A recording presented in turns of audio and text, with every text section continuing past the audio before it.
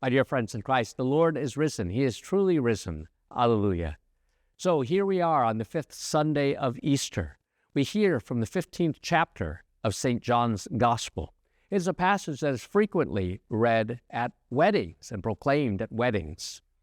I am the vine, you are the branches. Apart from me, you can do nothing.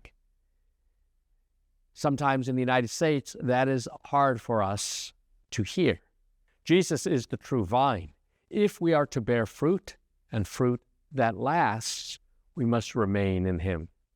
It's hard for us to hear these words as Americans because we're always on the move. We want to go here, we want to go there.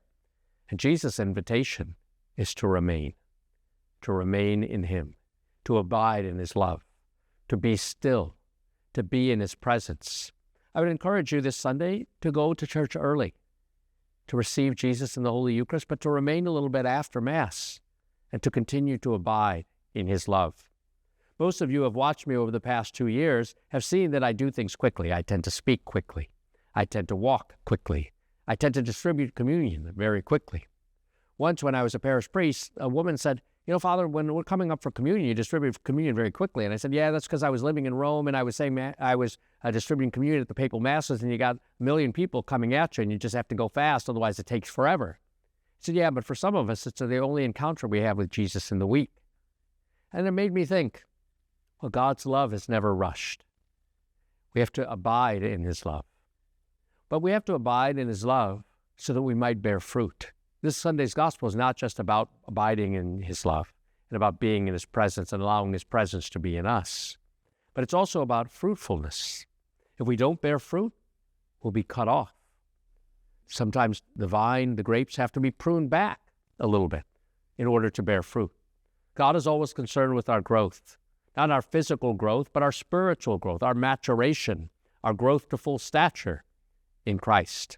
If we refuse to bear fruit, if we stick our roots in the ground in infertile soil, if we cut ourselves off from Christ, the true vine, if we are stubborn and unwilling to be converted or ever admit mistakes, if we want to do our own thing apart from Christ, we won't bear fruit, or we will bear fruit that is rotten.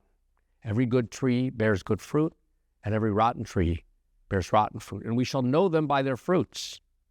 What type of fruit is God calling you to bear for his church? What type of fruit is there within your family or within your business?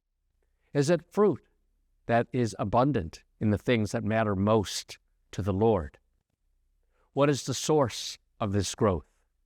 Is it yourself and your own efforts? Sometimes we think in America in a rather Pelagian way, if I just work hard enough, I'll get to my goal, and the glory will be mine.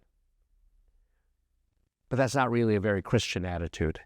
In the end, the source of our fruitfulness, the source of our growth, has to be Christ the Lord. He is the true vine, but his precious blood helps the whole vine, the branches, the grapes, all to grow and flourish. May we remain attached to Jesus Christ, the source of our life, for he is risen. He is truly risen.